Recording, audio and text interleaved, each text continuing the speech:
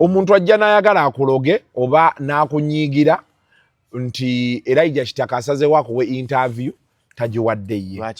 Naye ng'ate gw'obaddewo emyaka 8 emyaka 2 oba okitegeera gwe waakatandika emyaka 2 oyinza okuba odduse n'ofuna views 3,000 in record time. Tekijjaawo experience omuntu oli gy'aba akoze eki.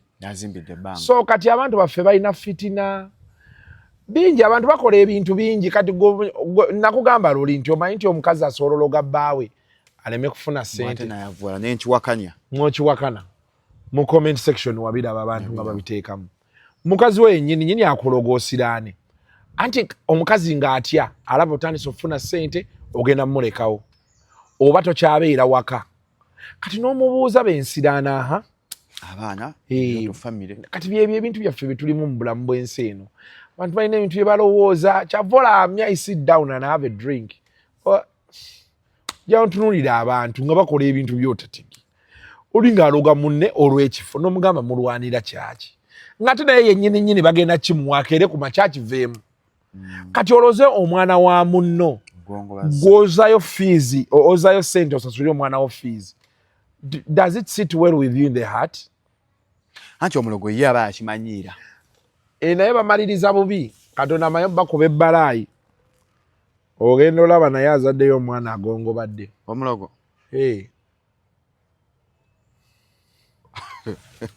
Tebeera by mistake. Kasuku bannange.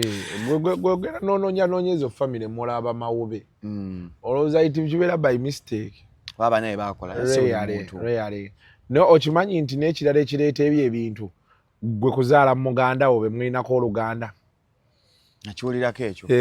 Ninawe nadde nkisomako abazungu waliwo family ez'edda ezabikolanga ne bazaala abaana bamawube nga beezaalamu. Ebimu biri genetical n'ebirala biri spiritual and culture. Ebirala nga bihinga. So buli omu alina just lwakuba nti Shalom abantu ensi baagala giteekako nnyo maanyi. Tuuka n'ogamba kati bano.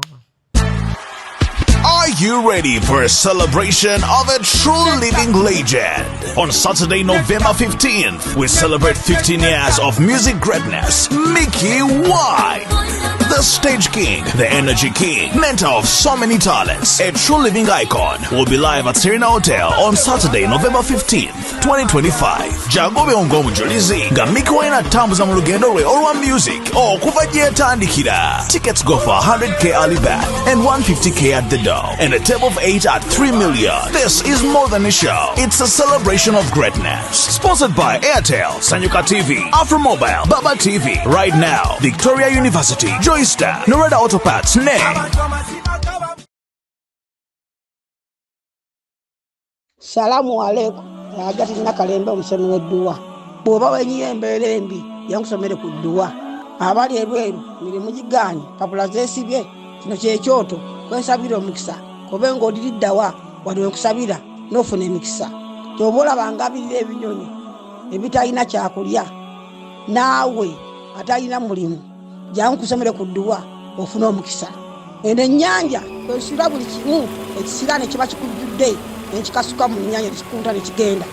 Nze Ajati Nakalembe kambawo ennamba yange yeeno 0725375 temuddeeyo nemwebakira ebizibu mukoye ku nnamba yange eno.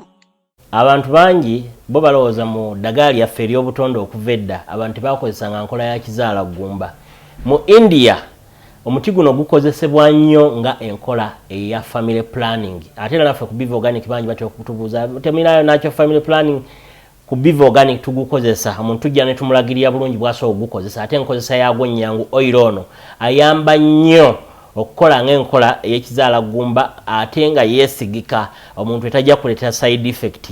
Era gwe omukyala ayina mugamba nkozeseza enkola endala ate ne zintiisa ni muti ono mulungi nnyo okukola nga birth control method ate eri reliable kubanga properties ze tezina bwe za affectinga reproductive system ate mbofu n'ebizimba ate ozibikira enseke ate akuyamba n'okukelenzinga oyagala okuddiramu okuconcevinga tekikutwalira na budde kuba kikola boss ku basajja n'abakyala okusobola okukola nga spermicide kati gwe munaffe abadde yeteekateeka babadde ayagala okuba n'enkola yonna munnakyo therapies osobola ate okukozesa ebintu ebibwa.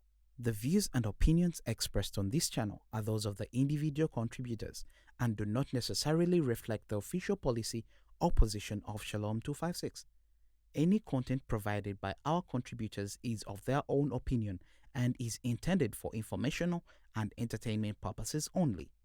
We encourage viewers to conduct their own research and consult with qualified professionals before making any decisions based on the information presented on this channel.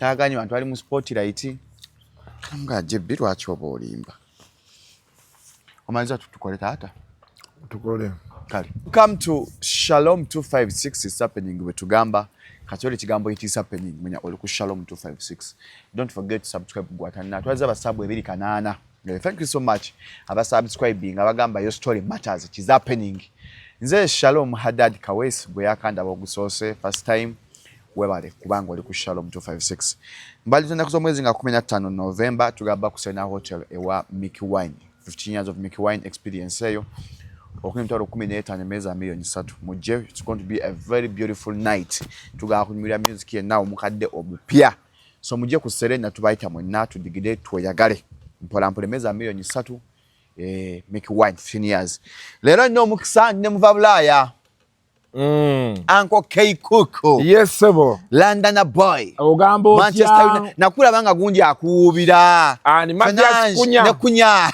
Fernandez. Bakulaga ku TV. Nengayo. Yo mwana ba ku TV. Itwali wali ku Christmas bakata akafako. Smart Christmas. Kulaxi. Wagulu awo. Bakulaga ne ngamba yoyo kuku yoyo. Kulaxi Foods. Ne katonda wa amanyi. I think nine ekintu changes over time mu bulamu bw'ensi. Shalom buli kimu mu bulamu bw'oba okitegedde ng'okyesiga kyakulemerako. Persistence. Yeah. Consistency. Kulax Foods eyo ndowooza eggulawo right after lockdown. Covid yasooka. Covid yenna. Netugulawo netubeerawo netupushinga ekifo ekyo natwalawo isima ne batandika ngo shootingirawo balakakalaamu baani mugenzi isima ekifo nga tekitambula nga betukola ki bomwagala nga betwagala ne munayirengera ekifo gye kyavudde ne kikwata abawo band kulaxi kulwokubiri oba wabeerawo band live band then balina night ez'enjawulo akafo kati ekiro awo otuukawo aba pharmacy bayomba aba saloon kiba kyalina abakirayanti baabwe bateeka okitegeera so ne musanyukirako nnyo nannyini kifo ekyo ye Saalongo ne Naalongo. Saalongo yampa open check awo nangamba gwe buli lwojja lyanywa genda Kulax Foods kifo ky'amaanyi kiri awo ku Pentagon building awo ekyanja ku rooftop omugagga w'ekizimbe yasooka n'aleetamu amalala Saara mukwano gwange yaleetamuko ku malala simabbo basiraamu tebaagala tunda ki tebaagala mwe baseeka ne bamugamba Saara toleeta kajanja kangi baseeka be bamugamba ati baseeka bennyini be bamugamba toleeta kajanja kangi nanti eddini tekikkiriza ekyo bamugamba taleeta kajanja mpozi kyali seeka ali sakati munnaye kati kankubuulireko kiringa bw'olaba kati ffe abakatuliki waliwo ebintu ebimu kababeere Abaganda waliwo ebintu ebimu bye boogera oba bye baateekawo just okuuma moral fabric nga in true reality tewali kigenda kubeerawo ne baakireeta to keep the moral fabric kati gwe weewuunye eddiini okuva e Vatican egwe e Kampala olowooza mwesobola okutuuka nga bwe yali eri origino era ejja kati Shalom olaba nkugamba ssaawa eno nti twerabe ku 8 noga nti akankubira ejjebbi ajja kunzijukiza bw'omugamba n'omugamba nti Kasuku atuwadde ku 7 kale n'ejjebbi banaaba ne gwalina naye ayinza omuga kati tuyinza okumaliriza ng'asooka otutuuka natuuse ku 5 oba ku 9 kati gwe teebereza musooka ne bano eddiini be yatuuka wano because papasi y'eddiini world over ne culture ne religion bituwa checks and balances mwe tufugirwa mwe tusigalira nga tuli kyekimu the guidelines nti bw'oba tokkiririza mu bya nnono eddiini erina weegambira nti yagala munno love your neighbors, you love yourself. Kati bw'oba tokkiririza mu bya love your neighbors, you love yourself, oba onojja eno mu by'obuwangwa era balina we bakugambira nti yagala munno yisa banno bulungi obuwangwa osobola okubeera nti you live harmoniously within the society okitegeera so ye embeera eri awo naye bamala omusajja affe ndowooza ne bamukkiriza ebintu bitambula bulungi musanyukirako juzi namusanga Saalongo yagula Benz brand new nangamba ogirabye nti njirabye yangamba gituulamu naye yampayo ku ssente nangamba nti genda naawe ofune kyonyolwa Benz empya kyokka gwe Benz yakuwalanya okufa obufi Benz yali enzise Benz yampalanya abaana omwana natunda Benz omwana nangamba ffe Kasuku twalaba nga toyinza kumalako na Benz nepa kati nino omusajja yadde agenda okunguza Benz ebungereza eyo $45,000,000 olwogireta ayina range eri wano Kampala eri wano mu Uganda naye ayina mwaka ki nali saami mubuuza naye yali yandaga nga it's a blue tech naye manyi blue tech ezo zifa ziri problematic naye nalowoozezaamu $45,000,000 wajjukira bagikuguza $45,000 shuwa deal oyina ojjongerako 10 5 zibeera 5 naye nagambye sidda mu bizibu bya Benz yakuyisa bubi Benz nagula nkadde nagula UAB wayaguze Benz ML formatic era naye wali weewanise nga bw'ogiraba nali seewanise mawulire nga gwavuga Benz mu banno nali ngisobola naye lwakuba nti banguza yali nkadde kati zino nadde ne mutyaba ki ekyayonoonese driving shaft eyatwala ekyo ne bagitukaaba akakadde era kyobanga ate nga yagikanisa yadda ngamba ng'ayagala tureplacinge zombi ze $2 million ne mugaa nti kale naye bwe yagize nagaa naye eno namu katukole eno yokka ye yansaasidde okitegeera kati ssaawa eno nzisobola nze natya omwana we yakwata ekisuzo kya tuwalege n'akiteekamu amalusu okuddamu oka nga tetisoma kompyuta anagula kompyuta mpya mutereevu $4.4 nezigenda Kasuku ng'ennuma onya Kasuku ndi kyeyogedde nga tutandika ekyeddiini yogedde ku buwangwa Kasuku ennaku zino abavubuka abasikina ddala abaana ab'obuwala bettanidde nnyo ebintu by'okusamira okudda mu nnono like abavubuka it's common now omwana adda ku TikTok n'alaga mbu nze ndi musamize nfuuwa emmindi edda abantu bakibikankonga batya anti kati edda waaliwo ze bayita stereotyping lwakuba nti abantu baffe abasinga abagamba nti bali mu nnono mu bya buwangwa abasinga bafere abalala baferebwa bafere abalala baferebwa saawa eno abasinga olina okunoonya the real people kati omuzungu be yajja wano mu kwagala oku blackmailinga omuddugavu yamuteekemu ekikye omanya omuzungu alina kye yakola omuzungu yajja kala ye neetutiisa bajjajjaffe ne balowooza oba mizimu oba misambwa ne bajja ne baplacinga dominion over us they dominated us omanyi Shalom nti olanga tutudde wano omanyi ti waliwo omuntu asobola okujja wano n'atandika okwogeza amaanyi n'atandika okwekolakola ebintu ffenna ne tusirikayo ntandika olowooza nti ye mugezi awambyewo n'awambawo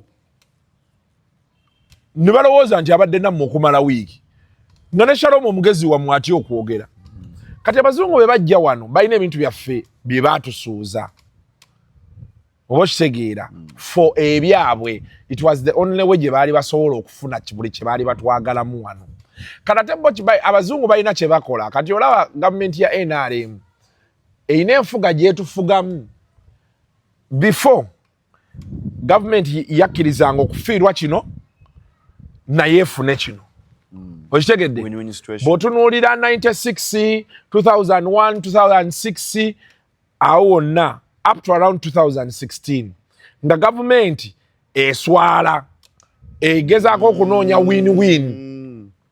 Kati ennaku zino waliwo gavumenti kyekola ejja na kibuli neega nti mulina kye mujja kukola oba kale abali mu gavumenti sikanamenga nti gavumenti abamu abali mu gavumenti bataddewo embeera nti oli takyatya kukuba ssasi onookola ki oli tebakyatya kukola bintu kati ebyo bigenze binyiiza abantu. Kati omuzungu ye bwe yatuuka mu society nga Uganda because Uganda tetwali rebellious Tanzania Kenya baali rebellious era bojja kulaba nti enkwata gye babakwatamu yali ndala. Omuzungu bw'ajja wano yamanya nti bana abantu to bakwogera nabo baba nga abagaana tuteekamu ekibuli kati bo ne bakola ki ne bazimba amasomero abazungu ne bazimba amalwaliro abazungu ne basomesa abaddugavu okuba incorporating mu system eno nti system yabwe gye baateekawo baagiteekawo nga yeeyina okukola.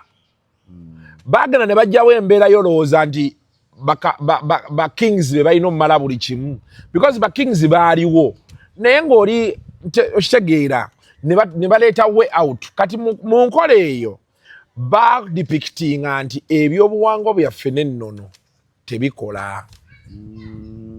Okitegeera kyeggamba naye nga tejjukira n'abazungu nabo balina ebyobuwanga n'ennono. Assimilation policy gye bakozesa wano. Thank you. Kati gojja kulaba genda olabe e Bungereza nabo balina emizimu balina bajjajjaabwe. Kasuku ye bw'owulira nti Wayne Rooney Rooney lyerinnya lye ery'ekika Rooney yesebo Giggs liba linnya lye lyakika lwakuba Giggs yatwala lya maama we gwe nga bolashala omukaweesi nabo ekiri eri yesebo Bruno Fernandes yesebo Fernandes lyerinnya lye ery'ekika Fernandes yeddira nte webale abagundi abadaaki balina gye bakipushinga father bw'owulira Van Nistelrooy mutabani wa muzukulu wa Van Dijk okomyawo heritage erinnya lya famire gyasibuka ne libaako we litambulira.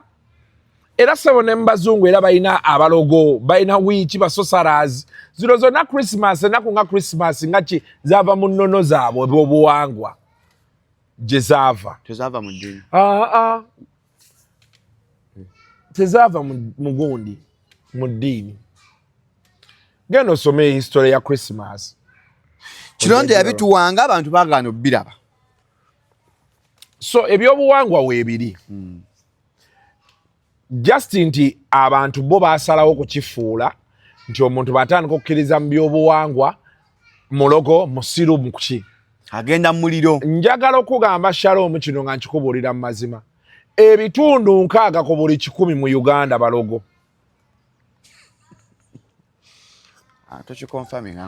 Ebitundu 60 ku buli 100 ate abantu bakyayabya ennyimbe bw'oba otugamba nti nno bino bikyamu waki mugenda mu kwabya ennyimbe naye g'omanye emisoso egibeera mu kwabya ennyimbe waki abafu be bafa babakwata ne onaga nti munaaze ng'omuzze eno n'eno oteeke wali bakugamba nti obeera ogoba muzimu.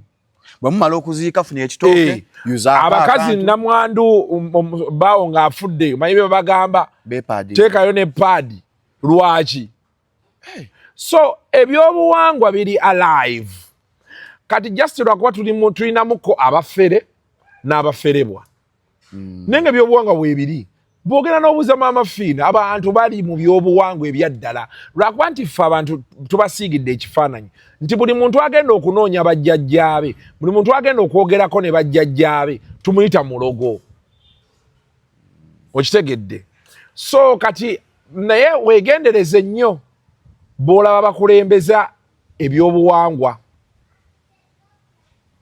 kati awo boogamba ababeera ku TikTok beekendereze nnyo bafere. Kanakyali wange twaliribanga naye mu COVID nati nafuna omukazi ali awo mweru baba ku TikTok live nga basawula beegendereza abo baba bafere.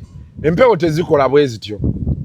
Omi aba ku TikTok live bwatsewe nga bakebera nti okula empewo tezikola bwe zityo ate abantu abaliko empewo ezo bezityo batini empewo tezigenda nga zeekanyuga buli wamu yensonga waki andi nze bino ebintu mbikulu ratingira mu simple gundi gw'olaba ensi yonna bafaatha era eddiini z'olaba ezeerimbiseemu nti buli omu asobola okufuuka omusumba byobawulirako tobibawulirako gw'owulira buli omu maseeka era seeka gye bali bamaseeka nga akuma akabaani n'akanyokeza eddogo ne likuvaamu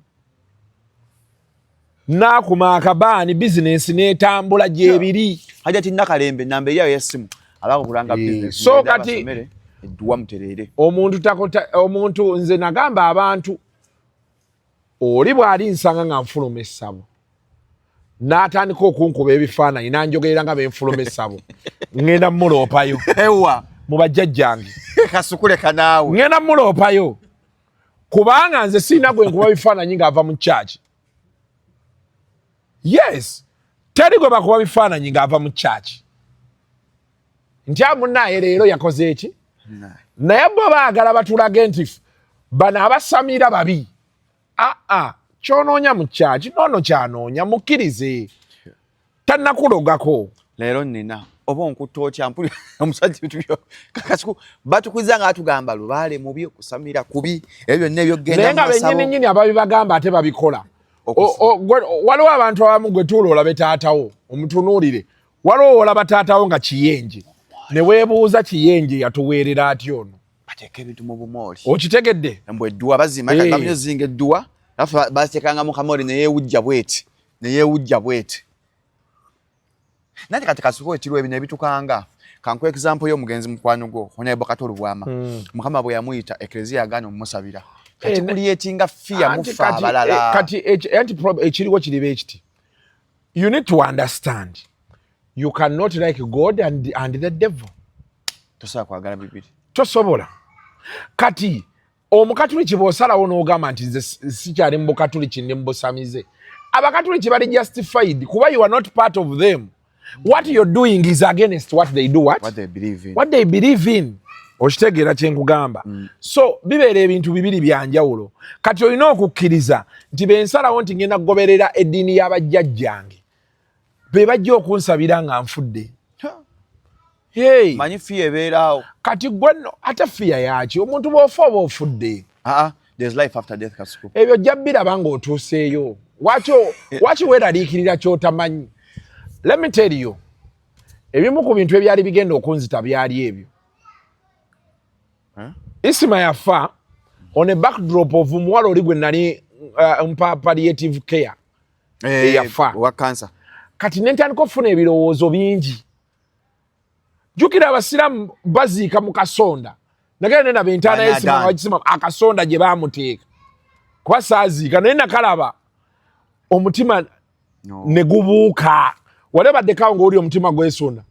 Kati mukomawo ng'emboozi ze batunyumizaawo nti kati leero ekiro kya leero ekisooka malayika zibanka embooka ekaaba si ekiro ekisooka omuntu asemba okuvaawo bw'ati malayika ziba bbiri emu ewulira teyogera eyogera tewulira nayankirawo okubuuza okitegeera kati ebyo ebintu ebyo baabitunyumizanyumizaawo otulo ne tutubula musajja wange ali ku muggo musajja wange bakugamba musima wansi eyo wookya olunaku olusooka waliyo bisiga omugamba mukwano gwe atafangako wategeera otya nti wookya wookya waliyo n'emisota kituufu naye ate sigwa osoosa offa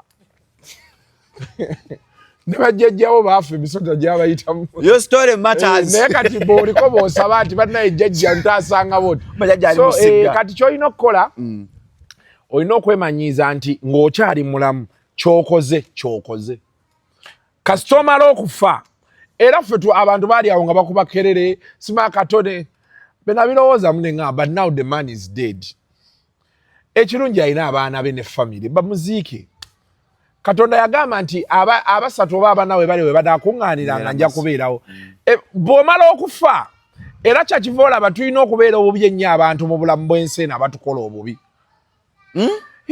Omuntu akola obubi kuba ojja n'ogamba nti Katonda w'amaanyi afudde ndi mulamu yafudde.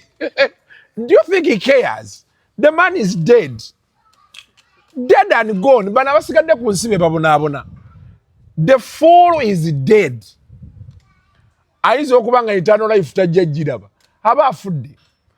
Omanyi nti tosobola okuba tuli wano nga bw'ofa omwoyo gwo ne gukuvaamu beeguti ne bakugamba nti kati mmwe mujje bw'ofa waliwo wogera ne munywa caayi ne mubeera eyo. Nodde eno n'okodde ne bakole omusajja oyo afudde n'omutima omubi kati gwe teberezaamu abafa ne basanga yitira mu ggulu. Ataliyo according to ayinza obba alokoka bagamba tuyinza okuba nga ffe tuli mu geyeena wano mu Uganda kisoboka mu nsi nga eno ye geyeena. Uganda it's very true. Wallahi tuyinza obba Uganda ate tusobola okuba nga tuli wano nga bw'ofa booti olutuuka wali nga bakwambaza engoye empya oyinza okufa nga wena afudde stroke yakkuba tokyalaba ololaba mumuteeke mu kyuma ne kikuzza bupya ne bakuweereza Afghanistan nga baby ogenda reincarnation n'olyoka okomera mu Afghanistan tolabangako baby nga mugenze mu ddwaliro mumulaba ng'ali ng'abatunuulira aganayo bano ng'alina ssente bano ekindese okubonaabonera eno ki togifunanga keekyo ng'olaba omwana alina entunula gy'atunulamu alaba agudde mu banaku. Omwana abadde musajja abeerera mu America Katonda amusindise eno. So do you believe in life after death? I believe nti omuntu bw'aba afudde aba afudde. The end of it. But I believe we have our ancestors that look over us. Ekyo kyo nkikkiririzaamu nti tulinayo abaatusookawo kuba tulina ebintu bye tuloota tulina ebintu bye tulaba nga it is not from this world wano we tuli kati. Gai nagamba empewo enfuuwa ne muganda nemulimako nagamba mwebale kati ndi bulungi. Okitegedde kuba kati nti olusobera olowooza tebiriiyo ogenda olagwe gwe baloosezza bannaye munnimeeko ne mugaana kyano neegwa. I don't know if I call it a China joke, but it's a challenge. But it's what, Simon? Olanga lecho tigeo kuntuka kunza bagenda kunkuba kapapula. Najjajja ngo ya jjajja nge yafa. Ajja na kunyumiza mu nagamba nedda ngati atunda amatunye batusibanga ku CPS ebyamasimu. Najja ekiro. Na nobanga lota gamba ne katuguma oba nagamba wone dagali yandagirirako. Nali mulwadde. Nanga agenda ofune daga bweti ne bweriti. Kanenzuka nendibuzo omuntu ngalimanyi. Bwe nabikola nebitereera. So anka cheche kuzaayo wali nti buli muntu alina engeri gy'alabamu ebintu bye. Just kati ffe kye tulina ekizibu nti omuntu tumanyiira abantu ku bintu ebyabwe. Olw'okuba oli mu Katuliki gw'omanyiira asamira. Kati inferiority complex eyo ne batandika okukunyigiriza n'ova ku kyoyagala oba ky'omanyi n'ogendera ku bandi wagoni. Antu abamu obwavu bubaluma lw'ebyo bintu oli yagamba mbu ye yalokoka talima bijja bajjajjaye ne bamugamba kali ojja laba era bwe bowulira mu muganda wawe mulogo kuba ye agenda n'alima ebijja n'abiddaabiriza alina gwe yatta alina omutwe gw'omuntu mu nnyumba wate bajjajjabe bali naye kuba ye abaliko. So buli muntu akole ekimuyisaawo I don't know. Kati nze ekikulu kya byonna nze Shalom ennaku zino kyentambulirako nze oli bwe ngamba nti ndi mulwadde ne baŋŋamba nti oli yakuwonya kasita mponya oyo gwe mbaako tonnyumiza yabisoma kasita mponya mba kuoli. Aren't you doubting God's power? Anti God's power is manifested in different ways. How is it that this one ajjanjabisa eddagala ly'obutonde ngenzeeyo nanzijanjaba n'empona ate omusawo nga teyasobola kunzijanjaba yabisoma n'empona? Otegedde kyenkunyonnyola. Kati kyekiri kye ngamba abantu gwe ekikukolera ky'oba okola. What works for you? Yes. Kubanga oyinza okwesiba nakunyumiza omuwala oli owa banka wano wansi mugundi alina banka gye yali akolera eno nga muwino ne tonja samira yali nga okay manager yaliwo yali agenda kati nga waliwo yali asuubira nti yagenda okuddawo kati ne bakiwaamu oli lwe yatuula mu ntebe wiiki eyo ne kimutuukako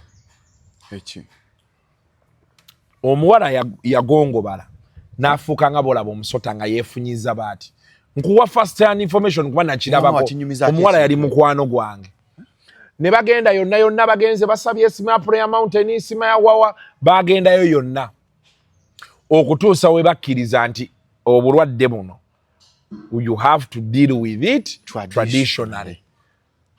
Naye ng'ewaabwe balokole maama we ye yakkiriza n'agamba ku lwa mwana wange obutafa n'akukuta n'atwala omwana ne bamukolako. Maama ye atambula. Okitegeera n'atwala omwana we ne bamujjanjaba kati waali yatereera naye lwakuba yafuna trauma nnene nnyo be yagenda ne bamunnyonnyola ebintu ebyaliwo byonna ensi n'agijjako amaanyi. Banka wali y'amalogo. Tewali watali corporate companies. Teyo gye lisinga naye nno nga bakayanira ssente mmeka miliyoni 2 ze tutuula ne tunywa ekiro kimu. They are there bakayanira small office. Oli nali ku office eri oli najja oba yali HR head of marketing yakajja nsayiningira emmere bwantunuulira nga ataliiwo kati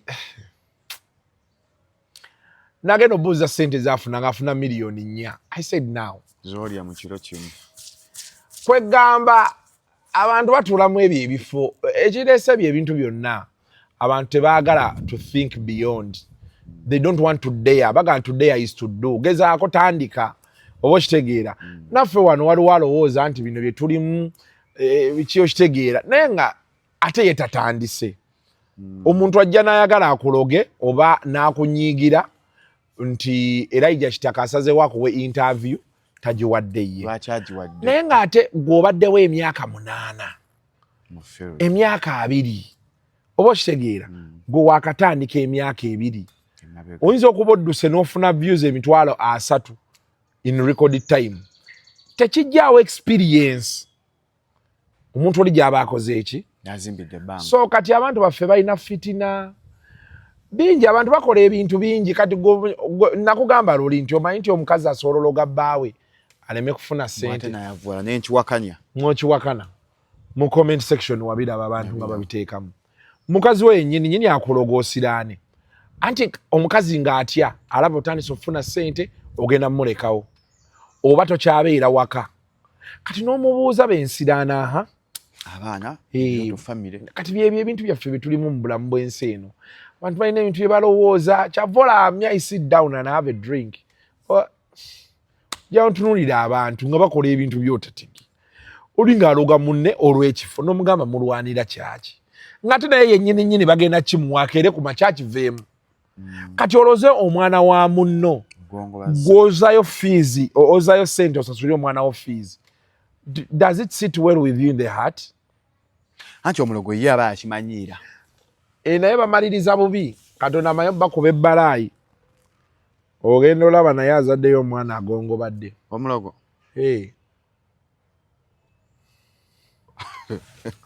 Tebeera by mistake. Kasuku bannange. Gwegera noonyeza family mulaba mawube. Olowooza iti kibeera by mistake. Baba naye bakola. Reyale. No okimanyi nti n'ekirala ekireeta ebintu gwe kuzaala muganda wo be mlinako oluganda. Nakiwulirako ekyo. Ninawe nadde nkisomako abazungu waliwo family ez'edda ezabikolanga ne bazaala abaana bamawube. Nga beezaalamu. Ebimu biri genetical naye ebirala biri spiritual and culture. Ebirala nga bihinga. So buli omu alina just lwakuba nti Shalom abantu ensi baagala giteekako nnyo maanyi. Tuuka n'ogamba kati bano. Naye nga abaana ate gye bali, abaana ng'akola awo nga bw'olaba alina akaduuka ke, olunaku luggwako nga akozeyo amagoba ga 10,000. Ogenda olaba emyaka giyiseewo nga yayitawo mu bulamu. Naye nga teyesse nnyo muguwa n'abantu. Abantu oluusi abantu balaba abantu olaba wano Kitaka byabadde atugamba. Ensi kasita yagijjako amaanyi ebirala ne bimwanguyira. Bamwogereranga. Anti waliwo olunaku lw'olina okukeera ku makya olaba Shalom. N'osalawo n'otuula ensi n'olaba ndabe. Olina kugamba Shalom oli musiyazi n'onga ndi musiyazi. N'akugamba nti oli state agent n'onga ndi state agent. Ekyo ne kiggwa. Obulamu ne bugenda mu maaso. Tolaba abavubuka ennaku zino kati bafunye zi Airbnb ezo. Avuuka omusanga ku Saturday ng'eyo ng'akedde kuva waka ku makya ssaawa 2 n'agenda mu Airbnb n'atuula n'alaba TV. N'avaayo ku ssaawa 10 ez'ekiro n'adda eka. ng'ensi ayagala agirabeko bulabi abeere nti alaba ndabe. Ayimusumbu abiyise mwa kati kasoke mpumule njijeko abaani. Oluusi you just need to sit back and have a drink. Sajja atuula mu nnyumba bw'omu. Nonga musajja oyo ajja wano. Edda mu mabaala ng'osanga omusajja ng'ajja n'anywa kiraabu ze 4. Ajja ku saa 11 n'atuula yekka bw'omu n'anywa bbiya we ku saa 2 n'addeeka. Kati ffe twalowoozanga omusajja yaba ki oba ki, kati ennaku zino we tubiraba we tubitegeera. We are becoming those uncles we are distant. Waliwo ensi weekuyinga. Omwana ng'akuvumyevumye ku social media ebigambo nga byonna option z'olina omukola ensi ejja nnyiigira ggwe. N'ogenda n'ogamba kaŋŋende ntuule nnywemu kabbiya. Noya ntuula n'onywayo kabbiya kamu bubiri n'oddeeko olunaku ne luggwako. Weebaka n'okivaako ekyo okola. Abaagala okugula essimu ngende kwanduga gy'esitore namba y'essimu eri awo. Essimu yafa MacBook, yafa Amazenda lyazimba. Genda ku Ivory ku G19 kwa namba y'essimu awo. Bakimanya essimu woba oli wonna mpola mpola. Ango kuko ova bweru.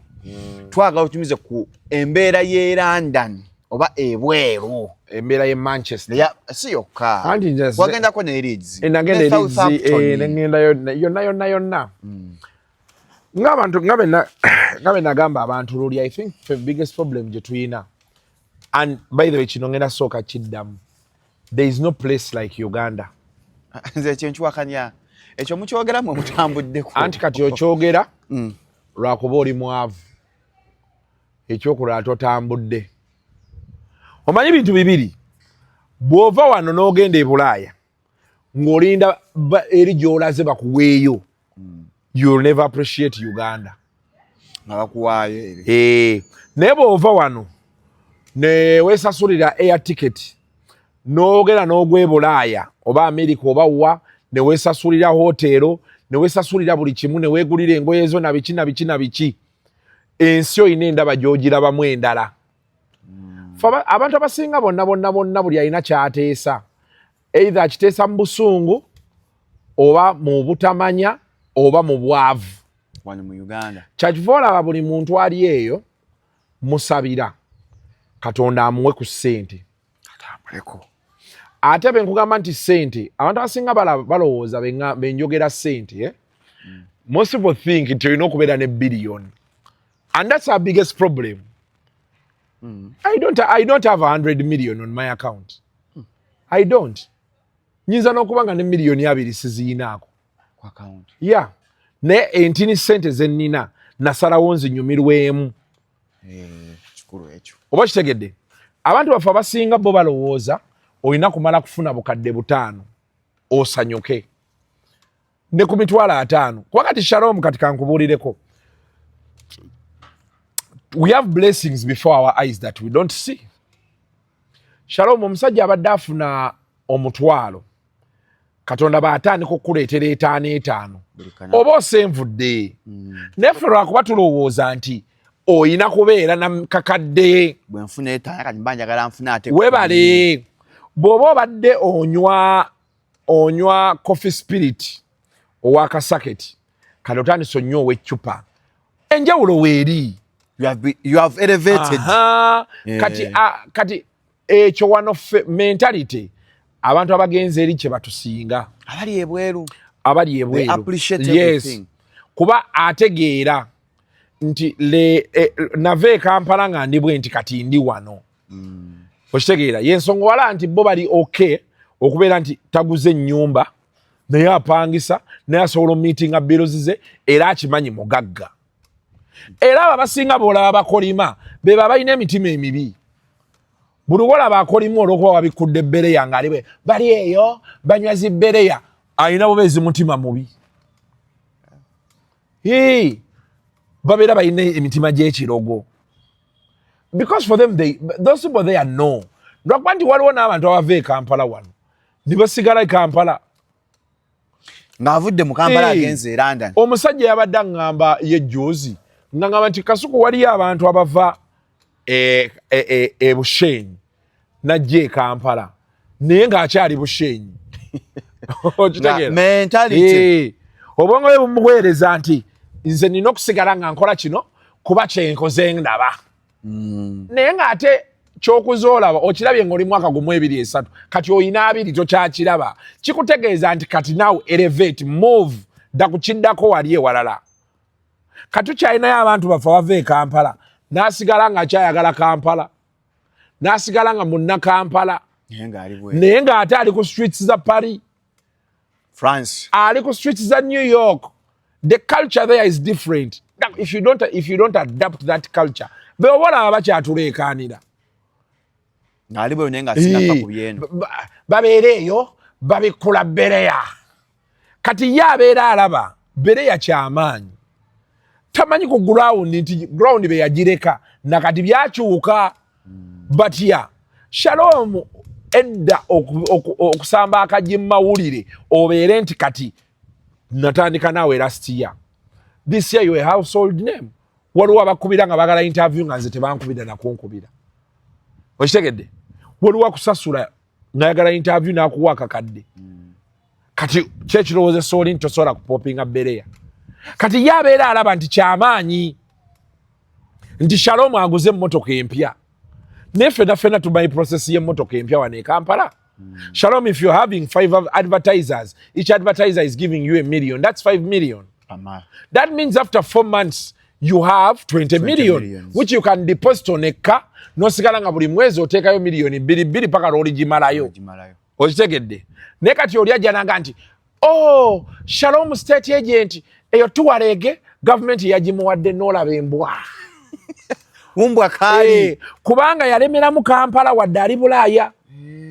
Yalemera mu Kampala amanye ebintu bizibu nnyo ayagala enduulu z'e Kampala akyayagala ebifo e Kampala kati beebo bosanga era ng'eri tebakulaakulanye kubanga ensi bw'ova wano n'ogenda eri ensi erina beedimandinga to move with the fast paced life eyeri very fast that you're not doing ontegeera bulungi nasanga omusajja ku hotel football awe Manchester omupiira nga guwedde nentuula naye musajja nanyumiza Uganda alina bizinesi zeeno yateeka mu Muganda wa managinga buli mwezi ne bamuwa ripooti kino kiri amagoba ne bateeka ku akawunti agenda otuuka wano e Kampala nga mu Desemba ng'alina miliyoni nga 8 kawumbi naga Kasuku Uganda yonna nze njigenzeemu ate by air nti alinnya akanyonyi nekamusuula embaale nekamusuula be batyo bwe zisobola okugwa awasigadde n'avugawo nakunyonyi Uganda kati nfunda bifo byonyumirwamu byokyakaliramu naye ye talina eri mentality ekolima mwate abannayuganda ate biki buli kiseera mbasanga eyo buli kiseera bakolimira Uganda wagivaamu kati soko concentrating eri. The moment you adopt ebintu byeri oyina ebintu engeri gyogenda otandika obbirabamu endala otegeera kye nkugamba so mbadde nkunnyonnyola nti until you change the mentality until you have some money ensi notandika okubaako endaba gyogirabamu endala you will never appreciate Uganda.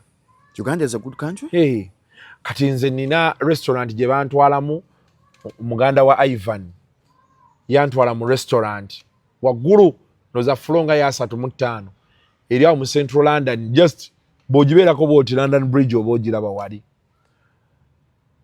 naye abantwalawo nga Kasuku yokimayoki nga tebagendangawo ekifo kyokka we baali balina okundropinga beeyongereyo nga tebagendangawo naye nga gye babeera kyenkunnyonnyola nti kati gwe weewuunya omuntu ng'oli Uganda nga toyingiranko Namboole naye ng'oli Uganda naye ng'oli Kampala obeera na bweyogerere mentality kubanga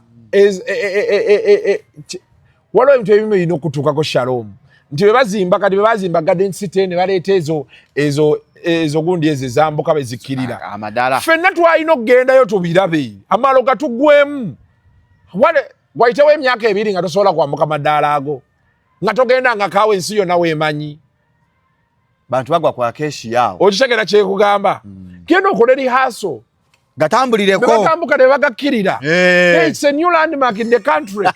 Kati nze tebaggulawo kifo ne sitagendawo. Nga kipya. Nwana ne ŋŋendawo. Era nze bimu ku bintu omukazi bye namuwangulirako. Natandika okufuna ssente. Wanze natandika okufunamu obusente nga kyali muto. Oli mu 2. Nyingira red paper nga nsasula emitwalo 3. Omwaka gwagenda okuggwako nga nkutte 7 ne nyingira akakadde. Within 1 year and a half. Kati ne bino BPR ebyabeerangawo ng'era kasita mmanya nti kati omuwala ono kiserena ne mutwala mu Serena. Anti nga bakwanayo nti sima emmere ya bbeeyi ya sowani ya mitwalo 4-5 ne ŋŋenda n'agirya ku Serena. Muba muyitawo naga naye gwe nawulira eyo restaurant mbu erevolvinga. Enkeera n'enzija ne mbuuza yeetooloola. Kyetaagisa ki?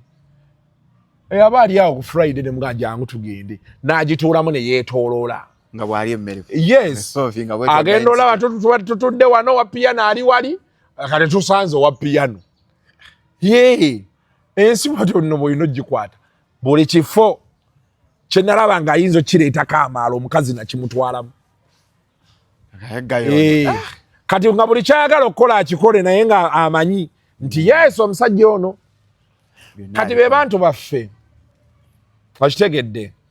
Kati because the mentality and everything, people never get to appreciate the country. I'm not saying that Uganda is super, but we waffe. Nzate byenjogera sogerera na mu political side. Kati Shalom ngenda kugamba. Shali wange yanvuga nanteka ku hoteli. Nangamba ngenda kukimencha e Southampton. Ngenda kukima ku Leonardo. Nenkera nenkola big size show. Nentula ne Mulinda. Nga siyina gwe nsobola gamba nti kangende ku rumu eddako nnyumye n'oli. Bino bye tulimu wano. Ng'onna kubeera ekawo. Kati nno kati kankunyumizeeko nno Bulaaya eyo awo kale nze UK gye nalaga. Olaba okuva ewuwo paka wano ovuga straight. Tokiraba?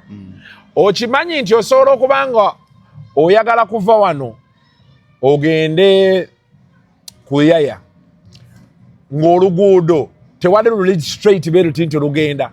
Olina kuyita eno mama. Ng'olina osooka tenodde najjeera sima F4 kirira S6 weetagenda ku N9 ate ogwe ku A1 gy'olaga. Lwaki bakikola batyo? Ate nze mmanyi.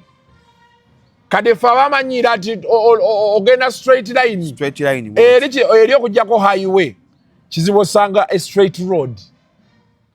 Bw'ovuga straight line. Kati ebyo byonna bikumala okuwunga. Obeera wano oli n'akulaga nti napaakinze awo wetulaga. Naye ng'omuli ku bigere naye ng'ebifo by'olina okwetooloolamu. Ng'ebifo by'olina okwetooloola okuggwawo bugwi wali. Oyinza omayiza ng'otambudde kilomita 3. Tegeeza obeera ebweru nga tolinawo okolera lugambo. Tewaliiwo space y'olugambo terina weeri. Ebweru. Teriiwo. Ate nkugambye nti ebweru kasita oba nga tolina ssente. Oyinza n'okujjula okudda ewamu. Ffe wano e Kampala omuntu azuuka nga talina mutwalo. Naye baka nga alina emitwalo 10. Nga yalidde n'anywa. Gw'okimanyi nti kati gomayo emmere y'okulufula. Ogenda kulufula n'olya emmere n'ogisindisa ebigere. Omanyi kye kitegeeza. E Bulaaya waliyo olufula. Peri. Nti ogenda n'otula gye batemera ennyama ebeera eyo. Ebatuukako butuusi wano. Ejja mpaakinge. Kati juzi kano kenzizeeyo nina ke nalabye akantiisizza. Nalaba KFC ebitandise wano. Endowooza byakwejalabya. Balina ke baaleese. Nagenda ku oba yali Burger King. Toyogera na muntu yenna. Ku Burger King. Bateekawo computer. Computer. Era n'onyigamu ky'oyagala. No kaadi n'ogiteekako. N'otunula ku screen. N'olaba order yo ng'ezze. N'olaba order yo ng'eri redde n'ojja n'ogipiikinga. Nga tolina gw'oyogera naye. kiri ekifo sebo nakigenda munasanga eno Uganda restaurant yagala nagawa amazzi ga bwereere nasanga line ya soda ng'alimu ne ice bwereere anti olujjayo wali kibbaga kyo n'ogera n'ode ekigiraasi gwo kyerondera teri ako gaa musima giraasi yino bo bateekawo serviette n'olaba we ziri ne bateekawo bino disposable cups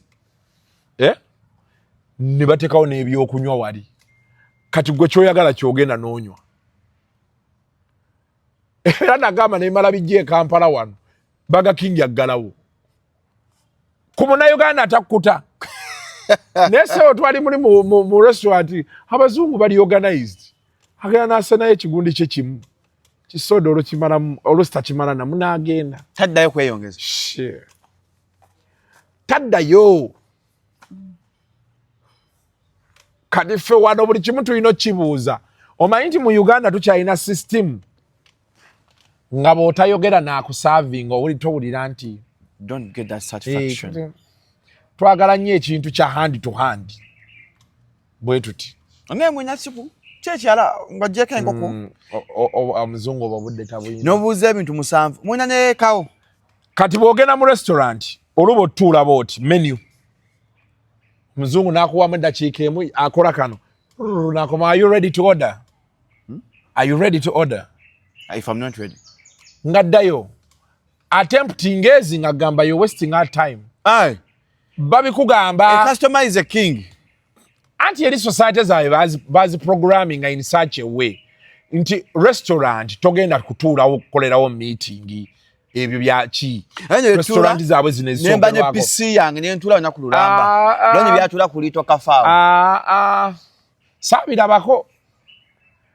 saabirabako anti ziri restaurant zigaba n'obudde bakugamba nti oreservings emmeeza we are expecting you between 9 and 10 emmeeza tuba tujagala oluvannyuma lw'essaawa emmeeza tuba tujagala kati nagenda mu restaurant ezo eziringa gawuki oba olaba nga bagaba ennyama ne batugamba nga zigenda yingira ssaawa 4 ez'ekiro bannaye musabe buli kye mwagala tugenda kuggalawo effumbiro anti bo kati jjukira ojja kwagala mbu basigale nga bakola ate abakozi babasabe overtime babagamba mutandika okukola ssaawa 4 muggalawo 3 gwate oyagala otuulewo paka ku makya bino byaffe tonosasi otuula paka ku makya taliiyo eri era ku 6 restaurant ebeera eggalawo beba nga yakuggalawo ku 6 ne bw'oyingira ku 5 45 bakugambirawo nti ku 6 tuggalawo biya ne bwoba wakagisaba era bagikubikkulira n'ogisasula ne bagamba tuggalawo tebalina eyo mboozi eyo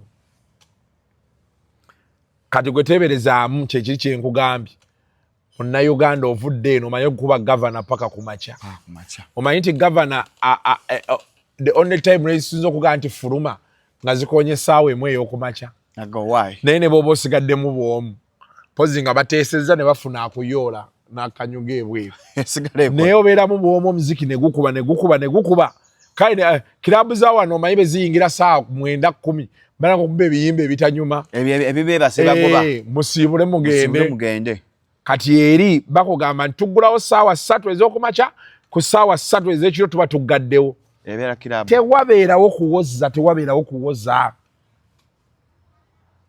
ze time zaabwe nti abakozi eri baba basasula per hour kati ate omukozi otandika omusasula overtime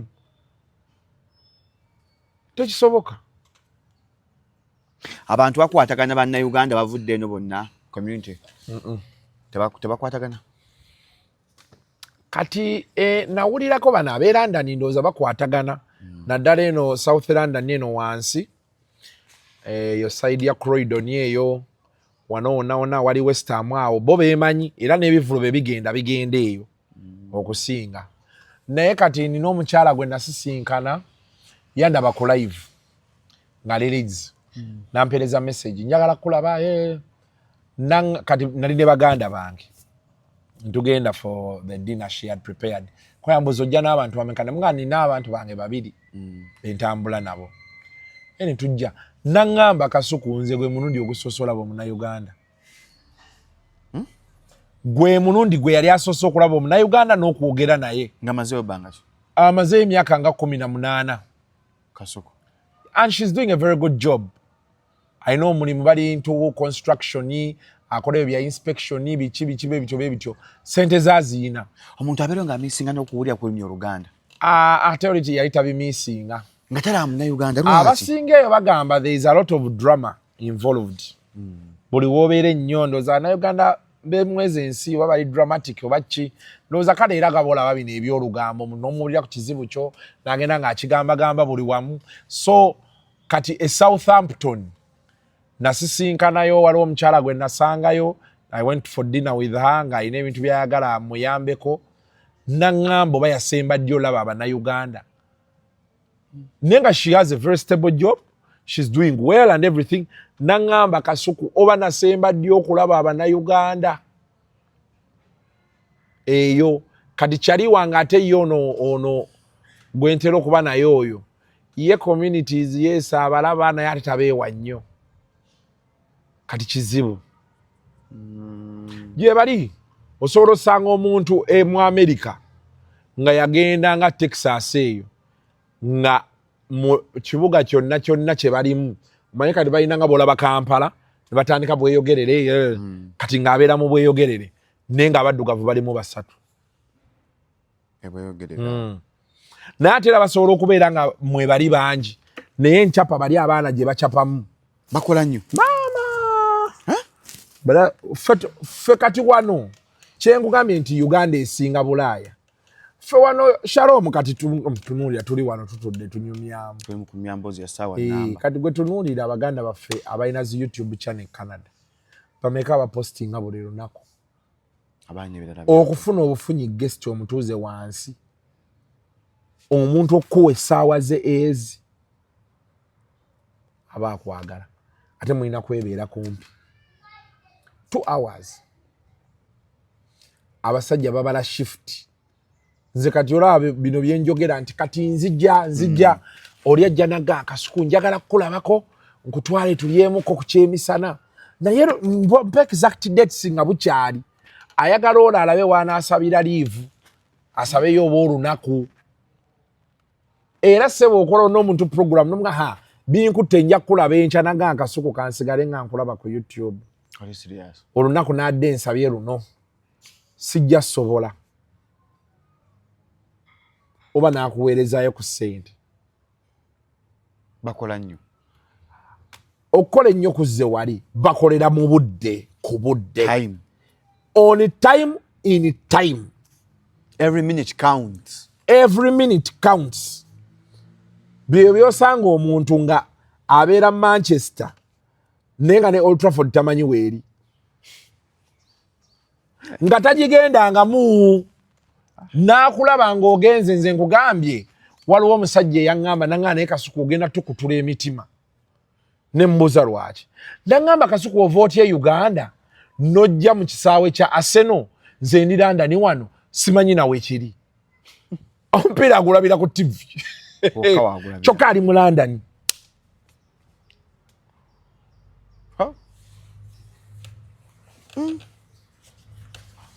bano we bakulaba nga oyogera nga bwe wabadde Manchester balowooza byakusaaga si byasaaga it is very serious stuff omuntu sebo okusasula nti nsasudde paundi zange 100 ngenda laba mupiira gyemitwalo 48 oba 5 agawano kulaba mupiira gomanyi kati gosobola gateekamu nze nga bagantaddemu nze kati olaba ne babeera Ronaldo nga yazinyiza obutagateekamu 5 g'olunaku olumu nyinza obutagateekamu kujjako nga nziina nnyingi kati gwe teeberezaamu eri omusajja okuwa obuwi paundi 5 aba nga yejjeeko obulamu paundi 5 ayinza okuba agenda galyako wiiki namba ati osanga baga ng'eri ku $3 paundi 4 a complete meal ng'eri ku paundi 8 oba 10 kuliko ekyokulya n'ekyokunywa complete meal ng'eri awo bwe kati akukwatira 5 nze ennaku ze 5 azikuwadde manyi kyekitegeeza nayingira edduuka nakyali wange yali angulira engatto nemugaa njagala peya 2 tuyingidde Nike aga amaduuka ago agali mu Central London ago g'origino ng'engatto esookerwako gye nandibadde ng'alonda eri 150 twabonaabonera mu dduuka ng'omusajja tayagala kwogera nti sente tayina anti peya 2 ze pound 3 kati pound 3 kola 3 times 5 15 kekamu ekitundu ka wano oba ogenda decorate ya 5,000 nange mwennyini akamu ekitundu wano sikateeka mu ngatto peya 2 naye tuyingidde Nike omusajja engatto ya 150 ne mugamba tofaayo ngolireemu ngenda kwegulira eddala omusajja kwekussa ne bagamba mbu bw'ogenda nebweru ennaku esooka bakwagala ennaku esatu awo ng'osula ekyo nakyo kituufu anti kati ekibeerawo babeera balina ebyokukola abantu e Bulaaya bakolera ddala ne boobeera bino bagamba nti working from home okolera ddala si bino ebyaffe ebyokwekozaakoza obeera okola anti bakati bamanyi obbagamba log in the computer nga bakumonitaringira okwo okulaba byokola hey tulowooza mbusimba baga nti wakati home babeera bakoleso obeere mu byekisiru babeera baagala bakulabe nga you're logged in. If they have a problem you can solve it in real time. Ate kati ekizibu kye nalaba eri bw'otandika oyingira gino emyezi gya October, November, December, January, February, March, obudde buziba mangu ne bulwawo okukya. Kati ogenda omaliriza nga literally obudde bukola butya? Buziba mangu ne bulwawo okukya. Ne bulwawo okukya. Toyanko nights are long, days are short. Ye winter. Winter zigenda oyingira ssaawa 3. Olaba Kampala bwafaanana ku ssaawa 3 ez'ekiro. Zigenda oyingira ssaawa 10 nga we wafaanana. 10 ez'emisana. Nga bukutte. Era ebimu ku byali biŋŋambisa guno omwaka nneme genda mu winter. Buli nze nina ekizibu kimu bwe nalabanga obudde nga bulinga obuzibye oba kale nga buzibye ng'otulo tunnuma. Kaswamu eki. Oli naganga Kasuku oyagala kwebaka nga ssaawa ziri 10 nga mmanyidde eno obudde okuziba bwe bufaanana bwe butyo tuba twagala kwebaka. Kati zigenda oyingira ssaawa nga 2 ng'obudde bulinga ssaawa 8 gwa kiro wano. Ssaawa 2 ez'ekiro. Era eyo winti oba ojja kwebaka.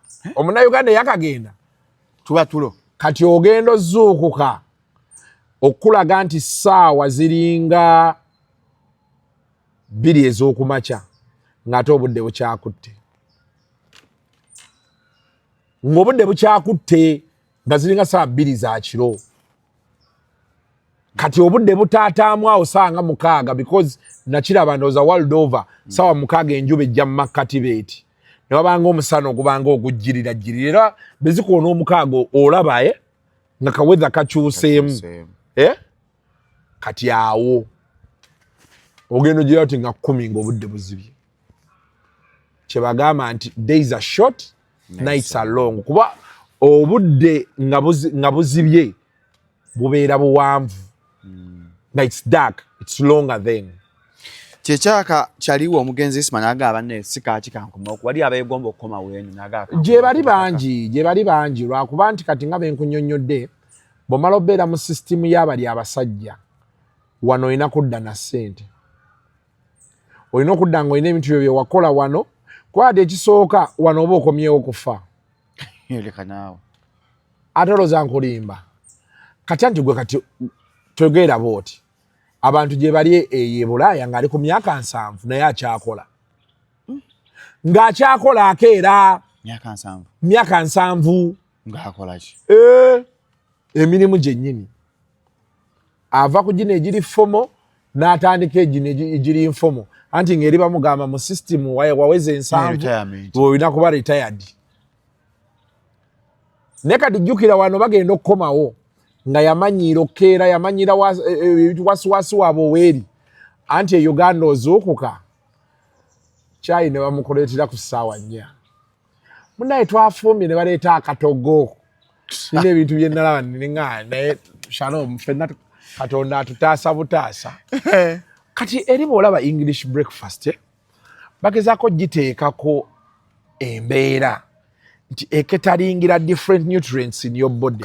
N'ogenda kubeerako ka protein, kubeerako ka carb, untuntu bee butyo rafegiezi mubiri. Kati ffe wano okeera ku makya breakfast ya Uganda ozukuse nga bakusiikidde amajaana muwogo sausage nya sausage nno zizze wali n'akatogo wali asika muwogo n'akatogo bamuva Uganda wano tudiibuuda ssebo kati edda twalyanga mugaati namata ennaku zino abantu beeyagalidde mu Uganda wano osanga omuntu nga ku makya breakfast balidde katogo ka nnyama omuntu n'akeera n'alya emindo gy'amatooke nga 8 n'obumonde 3 n'alyoka kati nno n'alyoka aba nga talina kiddako alidde talina kyazzaako n'omubuuza kati oddawo ogenda mu kibuga ati nze ndi wano n'atambula mu kyalo n'abeera ku kyalo okwo n'akomawo eka ku ssaawa nga 8 kati baatuuka ku 8 ne bamukwasa emimmonde n'ebijanjaalo n'akuba emimmonde nga 8 n'ebijanjaalo n'alyoka akola mpayawo ku mazzi n'anywa amazzi manye emmere endeeta otulo n'asaba akakeeka emmere emuleeta otulo embwa n'asaba akakeeka awujjaleko ate mu Uganda wano n'omusanga omusajja yemu yenyini ku 8 yanywedde eyalidde emimmonde 8 bamalina kino nga kigonda nnyo neagikwatako njagala gikaluba bakwata baati nekubanga ogumwatuka balina ngeri gye bagukwata ogukumuuka nabirabanga nga tekyafaaga ngadize nga mumpego walinga gino emimmonde gya yero nga ginsanyusa lwa kkala yaagyo mpeegi egya yero ewaka waliwo anko wange lwakwatwala emyaka gyegimu yalyako chapati 8 ekiro mama wange n'amugamba gwe nedda tekisoboka chapati 8 waliwo wetwatuukako awo nga bagamba tulye eki tukube chapati ne bafumba ebijanjaalo bulungi ne bakuba chapati nga kyekyeggulo oba Katonda yatuyisa atya mu mbeere oli otya chapati ne weeba wali abakyazirya ssebo si mu bubi naye it is not health at all. I know kati jjajjange bamugoba ku kyeggulo yakigaanirako yagamba emyaka gyendidde ekyeggulo tosobola kuŋŋamba nti kano ka alusa ke nafunye kandi ekyeggulo nfe jjajja takyagala bulamu yagamba jjajja alina okuwangala jjajja yaŋŋamba ebbanga lyendiiridde ekyeggulo sikivaako tosobola kuŋŋamba nti ku gino emyaka gyendiko 7 nti ate nkiveeko nkyalinayo 7 emirala nti nedda kandi ekyeggulo kati yeeriira ekyeggulo bulungi nnyo kati namugamba bugambye ekyeggulo bw'omala okkirya kale mufo kyo kirya kuba akirya ssaawa 4 mbu ng'alaba agataliiko nfu nemwaka kati ekyeggulo tandika nga okkirya ssaawa 1 nga 12 nakyo n'akigaana naŋŋaawo akinkirya ezo enjala ennuma ekiro gwe enjala y'ekiro ogimanyi kati abantu bampulire nga ndi maseffuliya ekiro neetala era akirya ku 4 kati namugamba bw'omala okkirya ku 4 lindamu okwebaka essaawa ng'emu then ku 6 okole ki owamuke so kati ekyeggulo kye yakisembeza ku 3 olusi ku 2 wakiriira because wali otulo tuba tujja kukola ki naye nkugambye nti ffe waliwo twatukanga ng'ekyeggulo nga bagula ŋŋano ne bakuba eŋŋano ne tusanyuka nnyo tugenda kulya chapati neki n'ebijanjaalo n'ennyama nga byokya omusajja yalya chapati 8 mama wange n'amugamba nedda tafuna constipation simanyi naye yabagamba nedda mama fete yaganye ebintu byakulya kupama ku buliri era nga gamba kulya kufiira ofondo okululu tomayo edda twanywanga soda akabutole katumbi n'agamba omwana temuddamu bimuwa era ng'awo bakusanga olimu eyo state enkera baba agenda ku mulimu agenda naawe n'abagamba mwagala kutta mwana ekimuweesa soda ecupa 3 zonna zamalanga tuyita mu nnyindo nekyoka tubonerera bannange kati eyo embeera gye tulimu ebulaaya tebakiina kulya kudde ebyo byokulya okwediibuuda ffe Katonda akyatwagala mpola endya gye tulyamu wano shalom si nnungi but nga bwe nkunnyonnyodde for me I found for the times entambudde I get fascinated by the systems that side, their way of life, ebizimbe byabwe na buli kimu. But after 3 days, mbeera njagala kuddaka. Kudda Uganda. Kube waka nina gwenja okukubira mugambe mpaayo miliyoni. Okukubira munno ebungereza nti mpaayo paundi 2. Omanyi kye kitegeeza? Mpaayo paundi mmeka? Kanayo osaaga nnyo. Kuba enkola gye bazikoleramu enkola gye si byangu. Mugende ku Biva Organic and Natural Products esabanga omengo opus masengere alumu amawugwa amagumba agaluma wazalako mwana naddamu nabula bakuzo 752 602427 genda akujjanja twanye anko kuko yega asukana ko lwaleero musibe bulungi mweraba.